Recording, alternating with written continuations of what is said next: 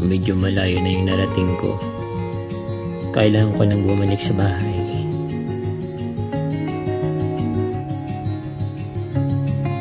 Pero napipigilan ako sa mga nakikita.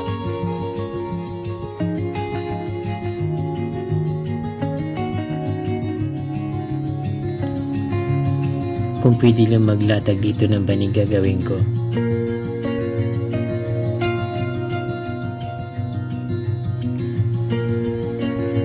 Parang malanghap lang ng napakasarap na hangin.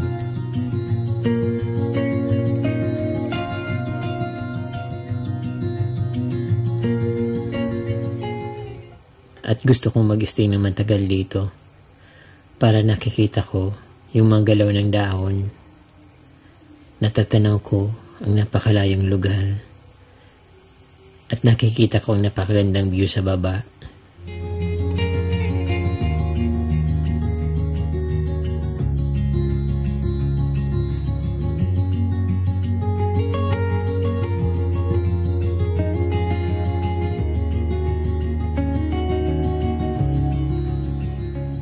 Napabayaan na yung kalsada dito.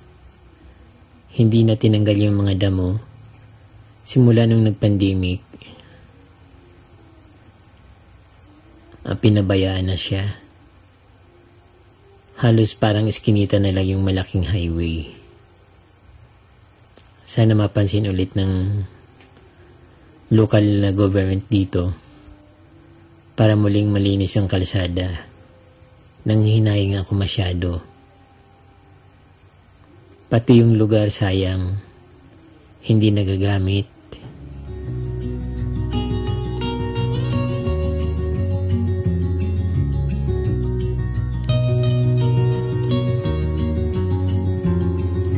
Kung tutuusin, napakasarap maglagay dito ng mga resort, kapihan, mga restaurants, lalo yung mga bulaluhan.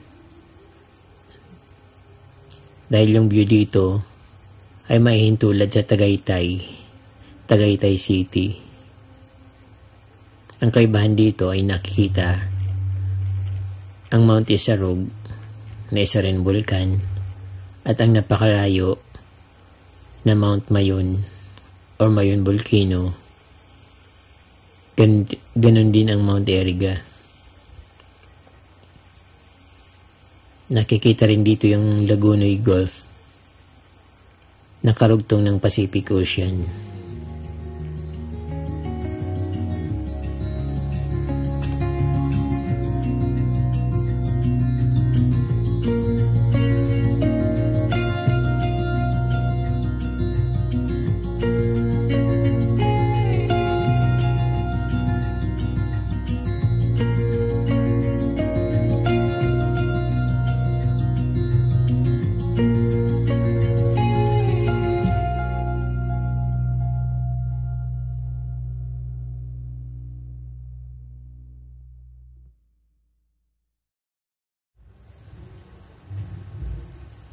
Ang nakikita sa baba ay ang Port District ng Camarines Sur.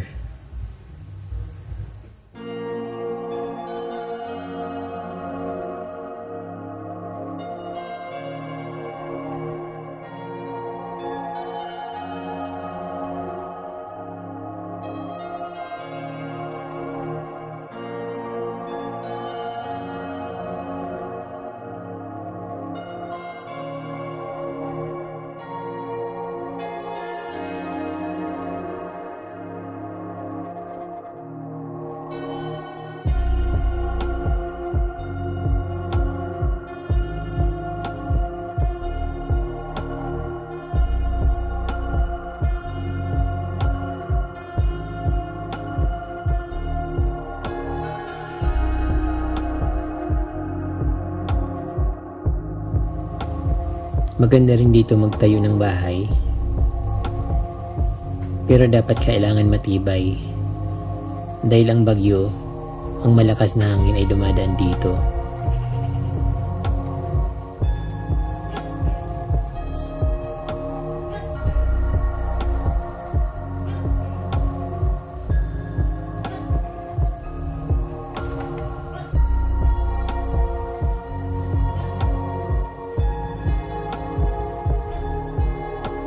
Mga 2 kilometro na lang, makakarating na ako sa bahay. Dahil pababa ito, mabilis maglakad, mabilis tumakbo, at mabilis mag-jogging. Hindi alintana ang pagod dahil sa sarap ng hangin na nasasagap ko.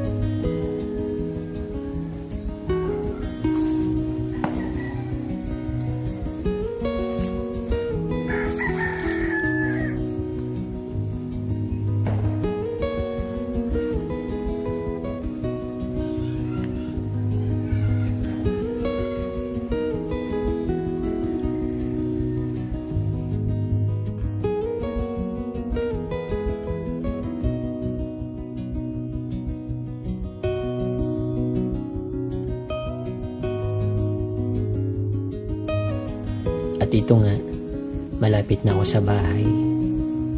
Kaunting oras lang na nawala ako sa aking bahay kubo, ay excited na ulit ako makabalik at miss na miss ko na ulit ang aking bahay.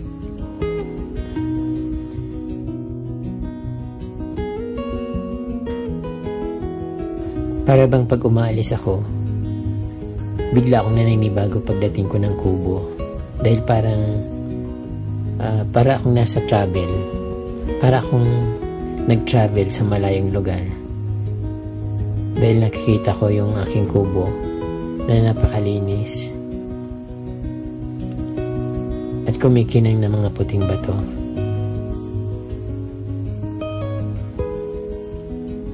ito na. Narating ko na ang aking bahay at magpapahinga na ako. Salamat mga kapromdi sa pagsabay nyo sa akin sa pagtakbo pababa galing sa itaas ng bukid.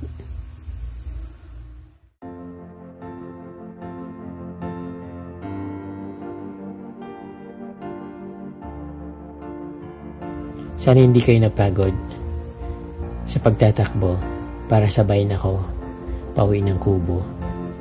Maraming salamat mga kapromdi sa inyong walang sawang pagsubaybay sa aking munting channel. Mabalos.